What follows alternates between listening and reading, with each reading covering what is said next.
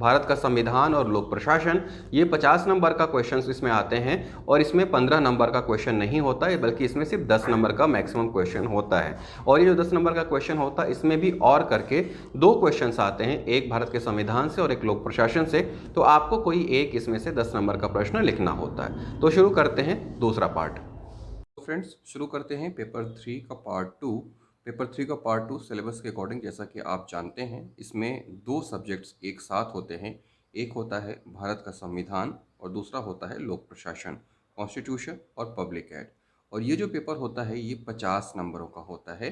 50 नंबरों के इस पेपर में आपको कुछ क्वेश्चंस जो होते हैं वो सॉल्व करने होते हैं और ये पेपर 3 का पार्ट 2 होता है। अब सबसे पहले हम इस जो प्रश्न पत्र है उसकी एक जो पृष्ठभूमि है उसको देख लेते हैं कि कितने प्रश्न आते हैं और कितने कितने नंबरों के आते हैं। तो सबसे पहले अगर हम बात करें 2 नंबरों के प्रश्न की, तो 2 नंबर के जो प्रश्न हैं वो आते हैं 6, जो कुल 12 नंबर के हो गए। और इसके अलावा अगर हम 4 नंबरों की बात करें तो 4 नंबर के जो क्वेश्चन होते हैं वो होते हैं 3, ये भी 12 नंबर के हो गए। इसके बाद बात आती है 8 नंबर के क्वेश्चन की। 8 नंबर के क्वेश्चन होते हैं 2, जिनका कुल मार्क्स हो गए 16। और 10 नंबर का एक क्वेश्चन आपको अटेम्प्ट करना होता है जिसका नंबर होता है 10। हालांकि जो 10 नंबर का क्वेश्चन होता है वो ऑप्शन में होता है, और करके होता है, तो दो में से एक का किसी का आपको आंसर देना होता है। तो टोटल इस तरह से आप इसको ऐड करेंगे तो टोटल मार्क्स हो जाएंगे आपके 50।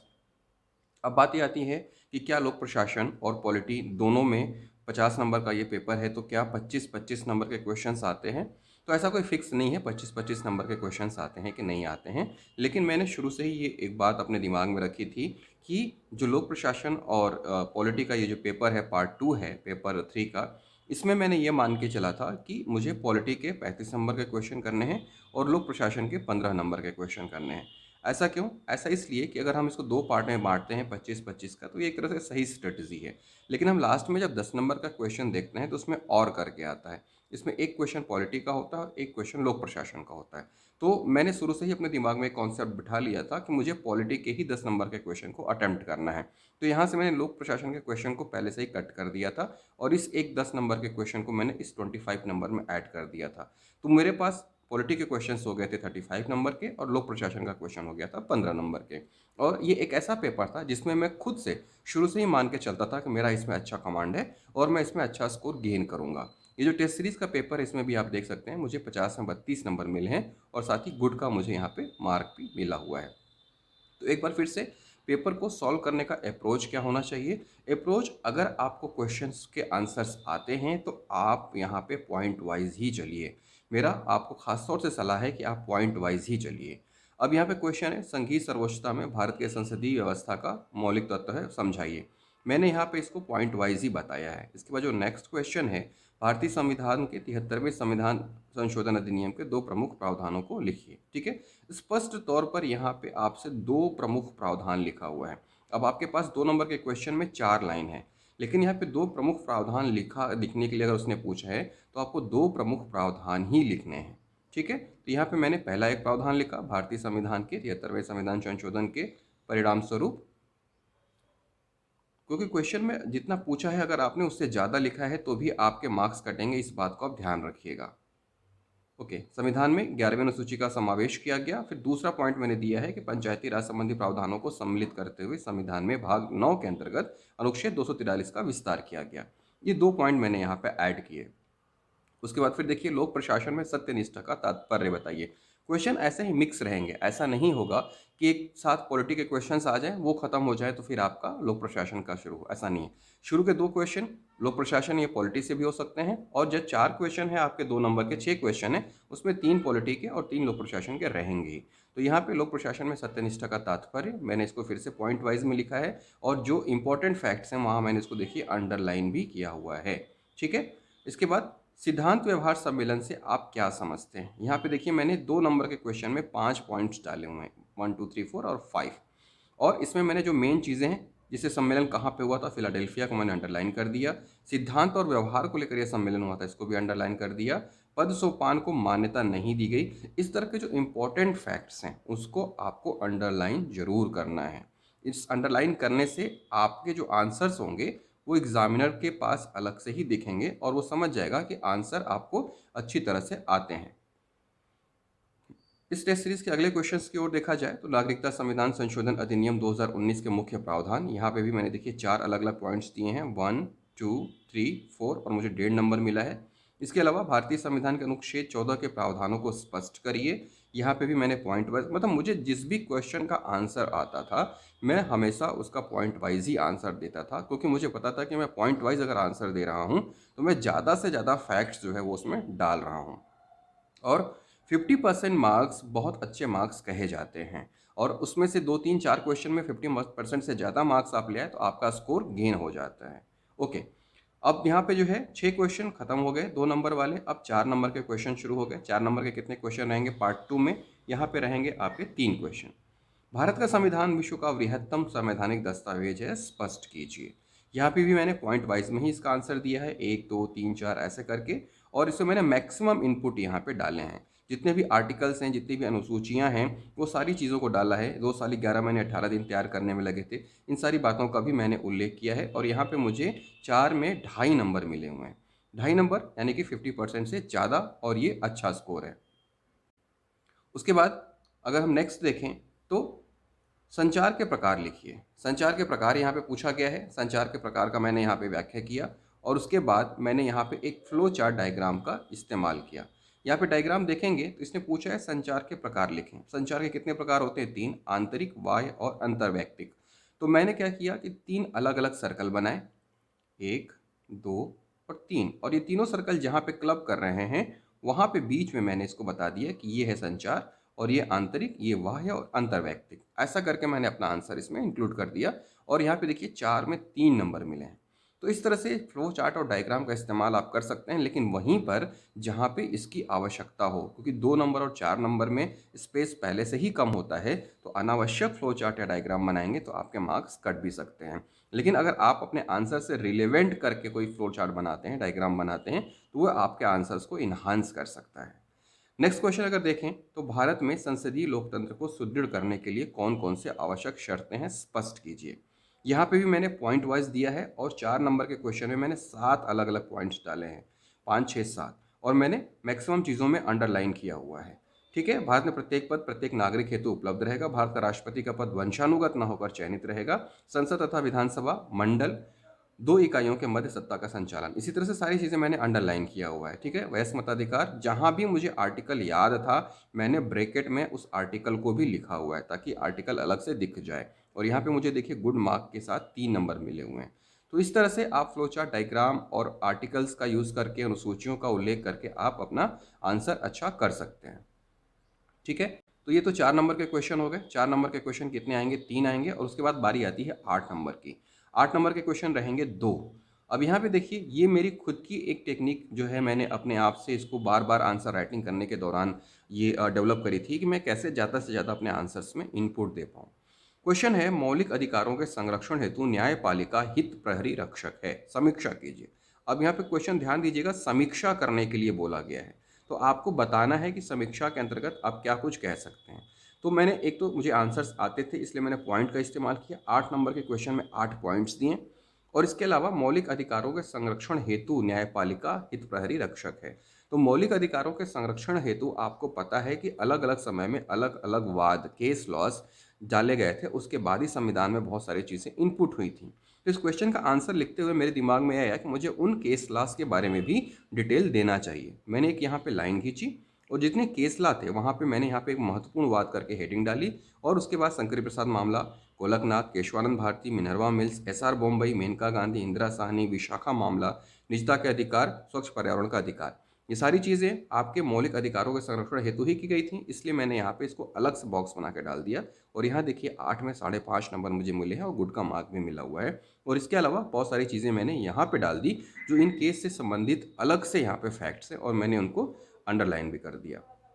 तो कुछ इस तरह की चीज़ें आप डाल सकते हैं। उसके बाद नेक्स्ट क्वेश्चन जो 8 नंबर का था, लोक प्रशासन सामाजिक परिवर्तन का एक यंत्र है, इस कथन की व्याख्या कीजिए। यहाँ पे भी मैंने एक फ्लो चार्ट का यूज़ किया। मैंने लोक प्रशासन सामाजिक व्यापारित्व का ये लक्ष्य इसके क्या क्या है वो यहाँ पे लिख दिए थे, लेकिन यहाँ पे मैं ये फ्लो चार्ट किस संबंध में है मैंने वहाँ पे नीचे लिखा नहीं, इसलिए यहाँ पे देखिए क्वेश्चन मार्क लिख दिया गया है यहाँ पे कि ये चित्र आपने किस चीज़ का बनाया है इसका उल्लेख जरूर करिए। जैसे यहाँ पे मैंने महत्वपूर्ण बात करके हेडिंग डाल दिया था, बट यहाँ मैंने चित्र क्या है ये नहीं बताया।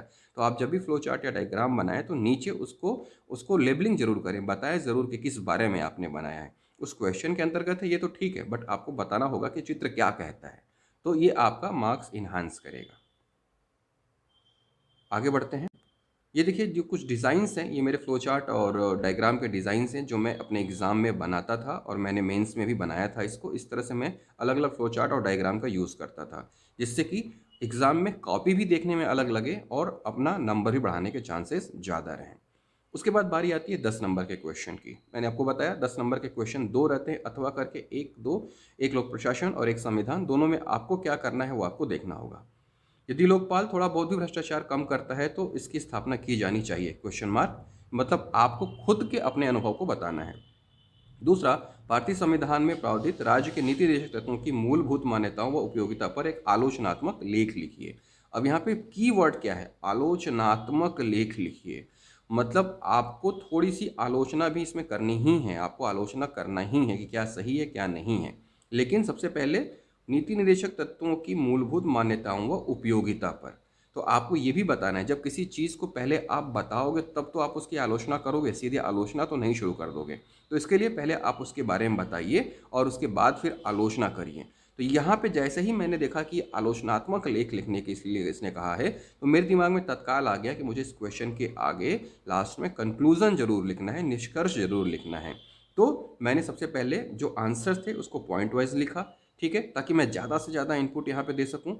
आप देखेंगे 6 पॉइंट्स यहाँ पे और उसके बाद यहाँ पे मैंने फिर क्या किया, उपयोगिता और आलोचना। यहाँ पे इसने क्या पूछा था कि मान्यताओं और उपयोगिता, मैंने मान्यताएं लिखी। मान्यताएं लिखने के बाद फिर मैंने यहाँ पे क्या किया, उपयोगिता लिखा, और उपयोगिता लिखने के बाद फिर मैंने यहाँ पे आलोचना लिखी, और आलोचना के बाद फिर मैंने निष्कर्ष लिखा। उपयोगिता, आलोचना, निष्कर्ष। तो देखिए जो क्वेश्चन में जो जो चीज़ें पूछी थी वो मैंने यहाँ पे डाल दी, वो सारी हेडिंग अलग अलग डाल दी। अब आलोचना में मैंने, उपयोगिता में मैंने 3 पॉइंट्स डाल दिए, आलोचना में मैंने 4 पॉइंट्स डाल दिए, और निष्कर्ष भी लास्ट में लिख दिया कि लोक कल्याण हेतु बेहद महत्वपूर्ण परंतु परिवर्तन हेतु जनता के पास अधिकार नहीं। ठीक है, आपको मालूम ही है कि जो नीति निर्देशक तत्व हैं उसको लागू करने के लिए जनता के पास अधिकार नहीं है, आप इसके अगेंस्ट में कोर्ट में नहीं जा सकते। लेकिन उसके बाद भी ये लोक कल्याण हेतु बेहद महत्वपूर्ण है, क्योंकि जितनी भी सरकारें हैं वो इन्हीं के तहत अपनी योजनाएं बनाती हैं। अब आलोचना में क्या कुछ डालना था वो मैंने डाला, नीति निर्देशक तत्व विधायिका व न्यायपालिका के बीच टकराव का कारण बनते हैं। नीति निर्देशक तत्वों को लागू करने का स्पष्ट प्रावधान संविधान में वर्णित नहीं है, यह न्यायालय में प्रवर्तनीय नहीं है। समान नागरिक संहिता अनुच्छेद 44 मैंने ब्रैकेट में लिखा है, जैसे प्रावधान आज भी देश में लागू नहीं हो सके हैं। यहाँ पे मैंने आलोचना करी। उपयोगिता क्या क्या है इसकी, न्यायपालिका के सामने कठिनाई आने पर प्रस्तावना तथा नीति निर्देशक तत्वों के अनुसार ही निर्णय लिया जाता है। दूसरा, लोक कल्याणकारी राज्य की स्थापना का मुख्य आधार है। तीसरा, राज्यों को आम जनता के हित में काम करने हेतु प्रावधान उपलब्ध कराता है। तो इस तरह से मैंने सारे पॉइंट्स तो इसमें नोट करा दिए। एक बार फिर से आप क्वेश्चन देख लीजिए। भारतीय संविधान में प्रावधानित राज्य के नीति निर्देशक तत्वों की मूलभूत मान्यता उपयोगिता पर आलोचनात्मक लेख लिखिए। सबसे पहले यहाँ पे मैंने मान्यताएं लिख दी, उसके बाद फिर मैंने यहाँ पे देखिए उपयोगिताएं लिख दी, उपयोगिता के बाद फिर मैंने आलोचना लिखी, और आलोचना के बाद लास्ट में मैंने कंक्लूजन यानी निष्कर्ष भी डाल दिया।